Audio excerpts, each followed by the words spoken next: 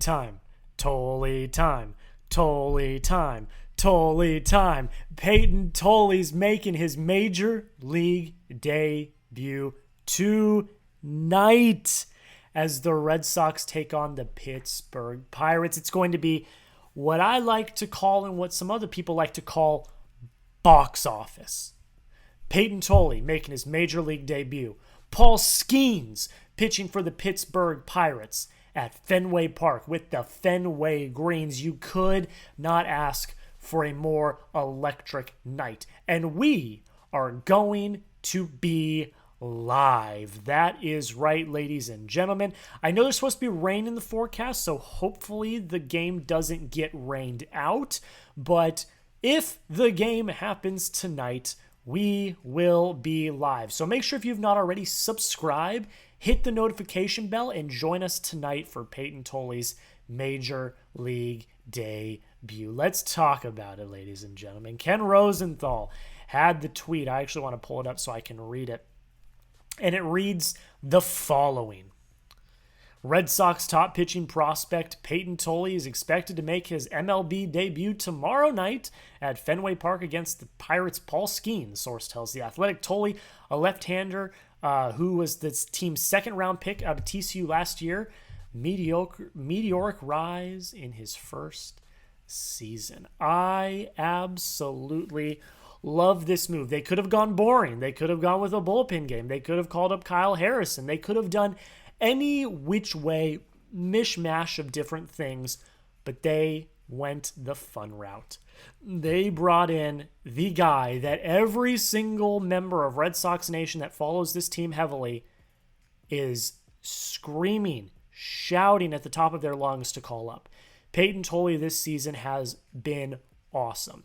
His numbers in AAA have been great. He's only pitched 15 innings, but he's got a 3.60 ERA, 17 Ks, only 2 walks, a whip of 0.867. Everyone's going to say, Jack, that ERA is really high, 3.6. What are we talking about? One bad inning. He had one bad inning in his AAA debut where he gave up, I believe it was 6 runs. Other than that, he has dominated the competition. He has absolutely shredded every single team that he's played, and he deserves a spot on this roster.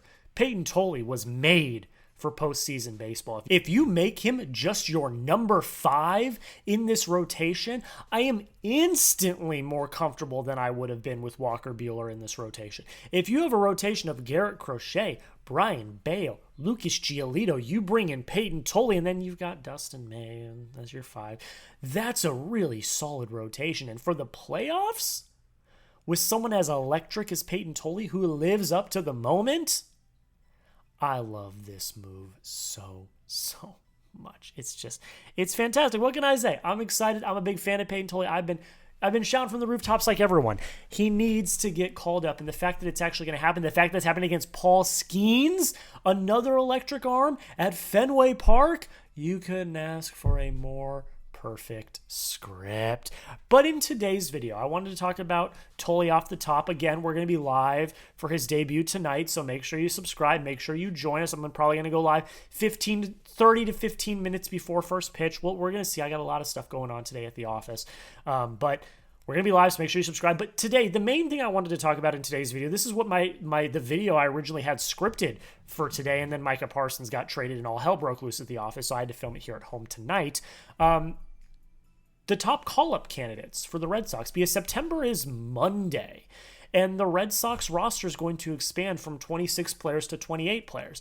I would assume they bring up a position player and a pitcher. So today I'm going to break down 3 position players, 4 pitchers that I think the Red Sox could realistically call up from AAA to add to their big league rosters. Let's just get right into it. I'm not even going to dilly-dally. Let's start with the position players. My first position player is Kristian Campbell. I think this is the obvious choice. He started the season on the Major League roster. He started the season really well on the Major League roster. Now he then promptly imploded and was one of the worst statistical hitters in all of baseball. But since he has gone down to AAA, he has regained his confidence at the plate. His minor league stats as of last night, 8/28. So if he played a game yesterday, these are not updated. He's batting .279 and .827 OPS, 7 home runs, 30 RBIs, and yes, he struck out 62 times, but he's been there for a few months now. So I think that he would be very valuable to a postseason team, not just because he's regained his confidence at the plate, but he can play anywhere. He's gotten work at first base. He can play the middle infield if he's needed to, and he can play the outfield.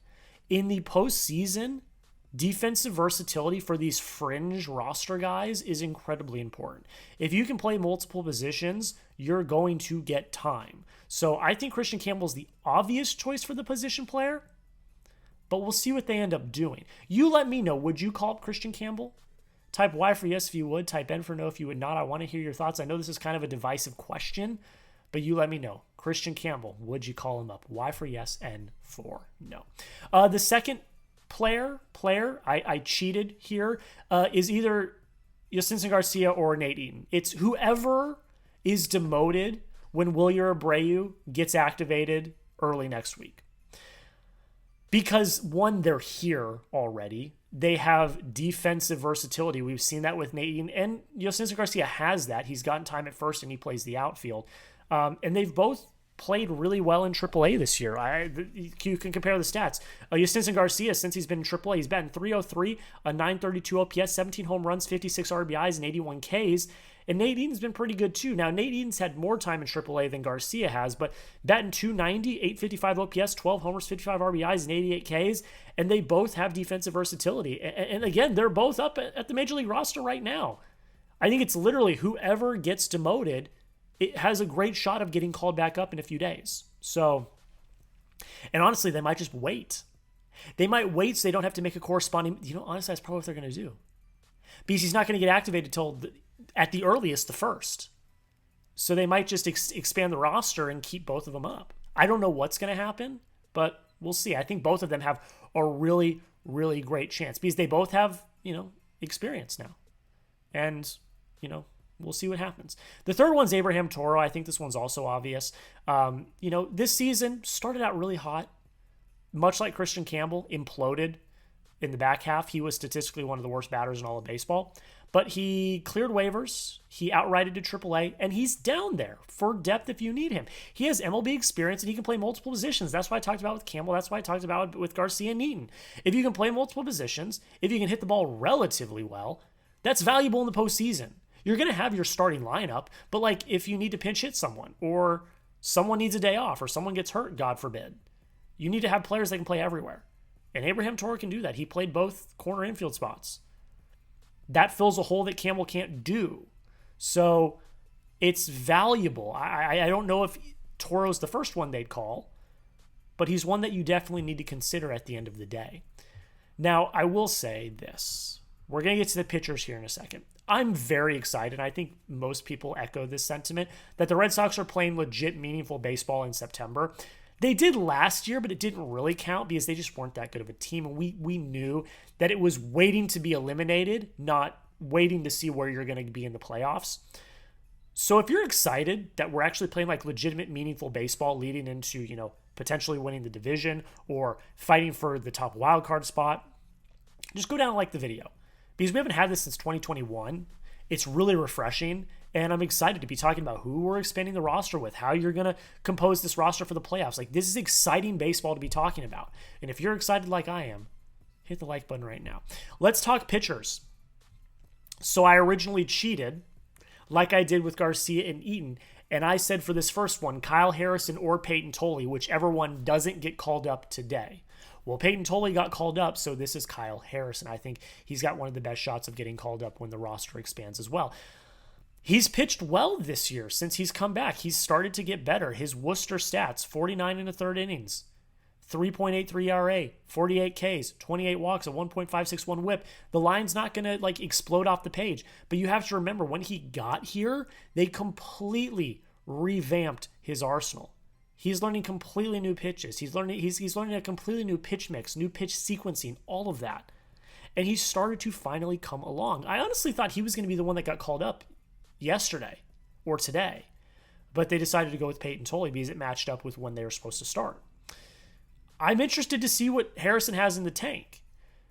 Do I think that he's the one that gets called up? I don't know, because honestly, I'd rather take a bullpen arm than Kyle Harrison. I don't think you'd put Kyle Harrison in the bullpen. He would be a starter, and you've got 5 starters up already. I would much rather have another bullpen arm than a starter. So while Kyle Harrison may be one of the obvious ones, I don't know if he's the one that gets called up. Someone like David Sandlin, who's the next one on the list, might be more likely to get called up. Now, you look at his stats in Worcester, and they're not great. 14 innings pitched, 8.39 ERA, 14 Ks, 7 walks. Some context is needed here. First off, when he got to Worcester, they changed him to a relief role. He was a starter before that. That does take some getting used to. That is basically a different position on the field. It takes getting used to. Other than that, 8 runs came in only 2 outings. So, most of the runs that he's given up came in 2 of his outings. His other outings have been pretty good. So just looking at the baseline stats, I don't think tells the entire story.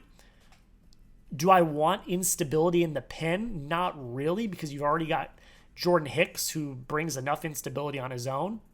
But Sandlin is at least a name to watch as a potential call-up candidate in September. Who would you rather have?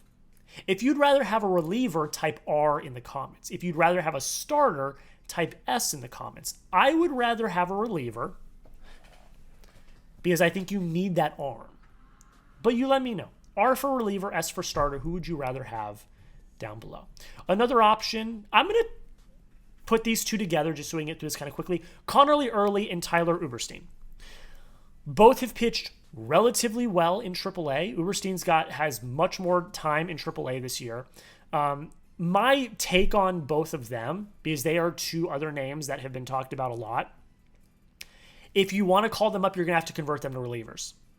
Kyle Harrison is the only one that I could see coming up and being a starter. But again, that's what I said. I don't think you need a starter. You need another relief arm. So if you're going to call up a Tyler Uberstine or Connelly early, who have both pitched well in AAA, and both could legitimately deserve spots in this roster, they will have to convert to relievers. So I'm interested to see what they do. I'm interested to see if in the next few days some of them get, a relief appearance or 2. But all 4 of those guys are names that you should be watching for in September. I don't know what's going to happen. But yeah, it's going to be very interesting. So those are the names. Going back to the position players, we've got Kristian Campbell, either Jhostynxon Garcia or Eaton, whoever gets sent down when Willier gets activated. But then again, Willier's going to get activated in September, so they may just keep both of them up. That could be something that happens too. Or Abraham Toro. Those are the position players that I brought up. And then the pitchers, Kyle Harrison, David Sandlin, Connelly early, Tyler Uberstine. If I had to stake my claim, I'm going to say I actually like the theory that they're just going to keep both of Garcia and Eaton up on the team when Abreu gets activated, because the roster expands in September. So I'm actually going to say that. I think Garcia and Eaton are both going to stay. And then I'm going to guess David Sandlin, because they legitimately moved him out of a starter role into a relief role, I think to prime him to get him ready for the postseason.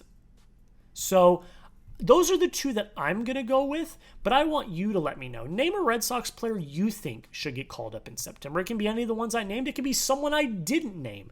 Let me know down below in the comments. I want to hear your thoughts. Who do you think deserves a spot on the Red Sox roster when it expands in September? All right, let's talk about the game real quick. I'm going to run through it. Red Sox win 3-2. Gutsy win. You got it. A 4-game sweep on the Orioles. You finished the road trip 7-1. You've resurrected your road record to 34-35, which is incredibly impressive considering where it was before you went on this road trip. Garrett Crochet gave you 6 innings, 6 hits, 2 runs, no walks, 7 Ks. The scoreline looks good, but it was a tough outing for Crochet. His command wasn't there. He was struggling with command today. I think anyone that watched the game will agree with me. And it was a very taxing 6 innings. It took him a long time to get out of it. A lot of pitches thrown, a lot of runners on base, and it's okay that he struggled. He's human. He's not going to have perfect outings every single time. But it was something to watch. And look, this is, the longest he's ever gone in his season, the most innings he's ever thrown. He passed his career high in strikeouts yesterday. Like, a lot of good things, but it's definitely something to watch as the season goes. Does he start to wear down a little bit? This is the furthest he's ever gone in a season. We'll see what happens, but yes, he did struggle a little bit. Still gave you 6. If him struggling is 6 innings with only 2 runs, that's a great outing. But for his standards, he did struggle at least a little bit. Roman Anthony continues to look like a big league vet every single at-bat. He had another multi-hit game. He went 2 for 3 with a run, a walk, and a K. He looks like a vet every single time he comes up to the plate. He looked really, really good. Rob Refsnyder made an instant impact coming off the IL. He went 2 for 4 with a run, an RBI, and a K. He had a home run in this game to give the Red Sox, I believe at the time, the lead. Yeah, the lead at the time, to make it 2-1. That was very valuable out of him. I really love to see that. Trevor Story went yard again, this time in the first inning. He did everything in this series. He also made a clutch diving play to double off 2 runners. I forget what inning it was, but Crochet was in a jam. It was the 5th. Crochet was in a jam in the 5th and had multiple runners on with 1 out. Trevor Story makes a diving catch on a line drive, throws to third, gets Jackson Holiday out for the double play. He did everything this series. I think, Section 10, if you haven't already listened, I would assume he might be the Clark's Catch-Up Series MVP. I'd probably give him Series MVP. But yeah, he did everything this series. He looked really, really good. And Romy Gonzalez, really professional AB in the 8th, that scored the game-winning run, made an instant impact. The lineup today was not a world beater lineup in any sense of the imagination. Duran didn't play. Willier's still out. There was guys that usually play that didn't play. And it was a weird-ish lineup, but you did what you needed to do to win, and that's what playoff teams do. The only score that matters today is the Yankees score. They're going to beat the White Sox. Everyone else of substance was off. So you're 3.5 games back on the Blue Jays, but they didn't play. And you're 5.5 up on the Royals. You're looking really good scoreboard-wise. So I'm really, really excited. That's where we're going to end it, guys. I appreciate you all so much for watching today's video. We're going to be live, like I've already said. We're going to be live later tonight for Peyton Tolle's debut against Paul Skenes and the Pittsburgh Pirates. It's going to be absolutely electric. Do not miss it. Please join us. It's going to be awesome. Make sure you subscribe. Turn on the notifications so you get a notification when we go live. That's where I'm going to end today's video, ladies and gentlemen. Thank you all so much for watching. Hope you all have a good rest of your day. I'm so excited for tonight's game. It's going to be awesome. And until next time, go Sox.